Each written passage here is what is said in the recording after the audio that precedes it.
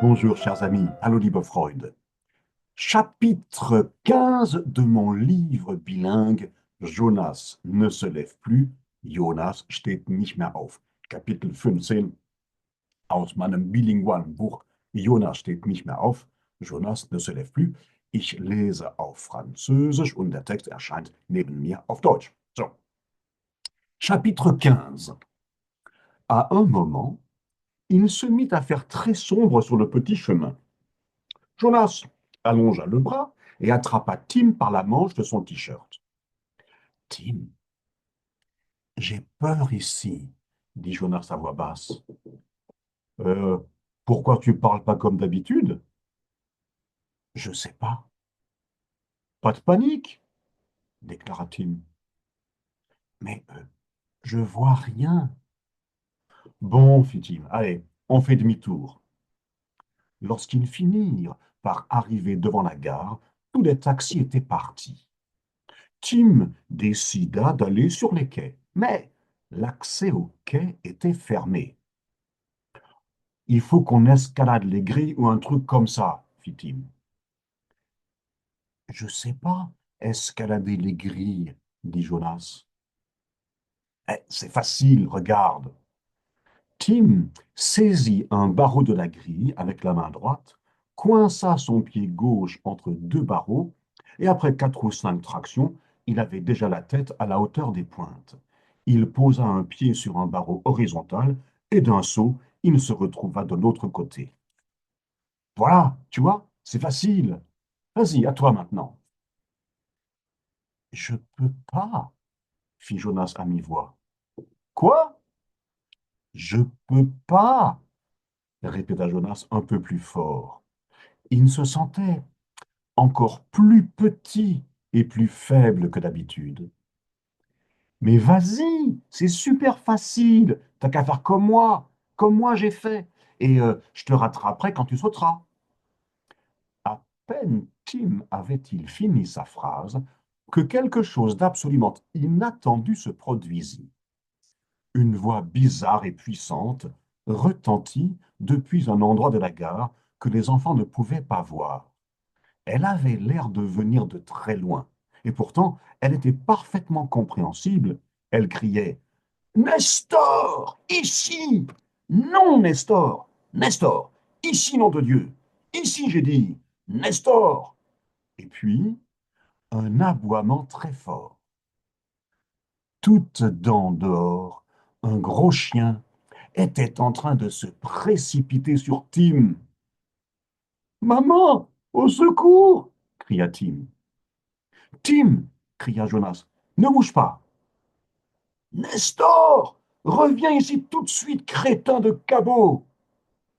Jonas oublia tout ce qu'il avait pensé sur lui-même jusqu'à cet instant-là. Il se hissa sans élan en haut de la grille, la franchit aussi facilement que s'il avait sauté 3 marches d'escalier et retomba devant Tim juste au moment où le chien arrivait sur son ami pétrifié.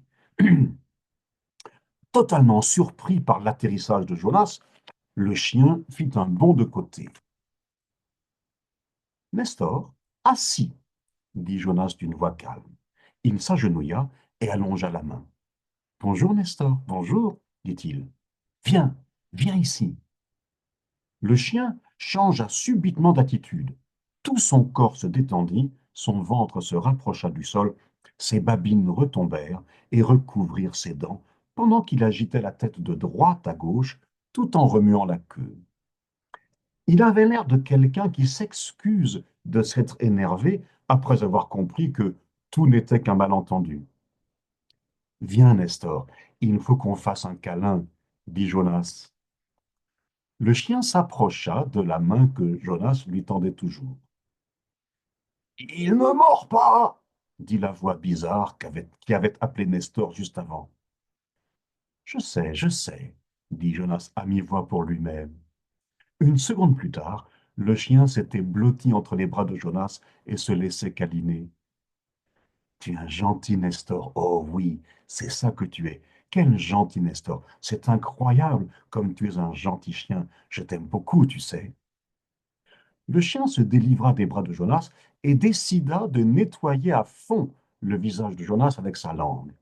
Jonas n'essaya pas d'échapper à la langue, ferma les yeux et rit de bon cœur. Tu me chatouilles, dit-il en gloussant pendant que le chien continuait à le lécher. Jonas s'assit sur son derrière, le chien vint à ses côtés et se laissa tomber près de lui. Jonas le caressa.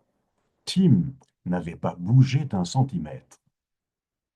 Le monsieur qui avait crié et qui était manifestement le maître de Nestor les rejoignit. Il boitait et avait une longue barbe. Tu sais y faire avec les chiens, mon garçon, dit-il. Non, répondit Jonas, mais je les aime. Ça se voit, répondit le monsieur, et Nestor l'a vu tout de suite. Sa voix était à la fois basse et enrouée. Je suis désolé, dit-il, quand on est seul ici la nuit, je le détache. De toute façon, j'aime pas le tenir en laisse, mais il y a des gens qui se sont plaints. Vous habitez ici? Demanda Jonas. Bah, je passe mes nuits ici. Il y a des toilettes. Le chef de la gare me laisse dormir dans la salle d'attente quand il fait froid. Et les bancs, c'est quand même mieux que le béton, hein. Je fais pas d'histoire. Je suis propre. Le chien aussi. Jonas n'avait pas cessé de caresser le chien. T'as un nouveau pote, hein, Nestor, dit le monsieur. Tim commençait à reprendre ses esprits. Il s'assit par terre à son tour. Mais, qu'est-ce que vous foutez dans cette gare, les enfants? Il n'y a rien à voler ici. On veut rien voler, dit Jonas. Nestor, dit le monsieur, veux-tu bien laisser un peu ce garçon tranquille avec ta langue qui a traîné sur je ne sais quelle cochonnerie? Ça ne me dérange pas du tout, dit Jonas. Mais dis-moi ce que vous êtes bien venu foutre la nuit dans cette gare fermée. Tim voulait monter dans un train, n'importe lequel, hein, Tim? Oui, répondit Tim avec une autre voix que celle qu'il avait d'habitude, une autre voix que celle qu'il avait avec les policiers et une autre que celle qu'il avait avec Jonas. Mais Jonas n'aurait pas pu dire en quoi elle était différente.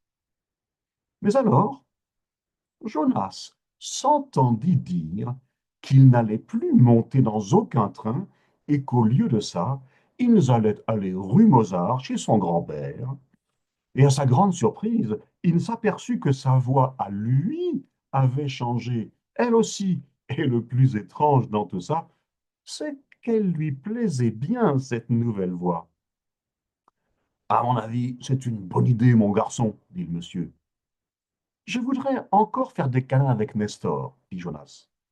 Oh, pas de problème, dit le monsieur.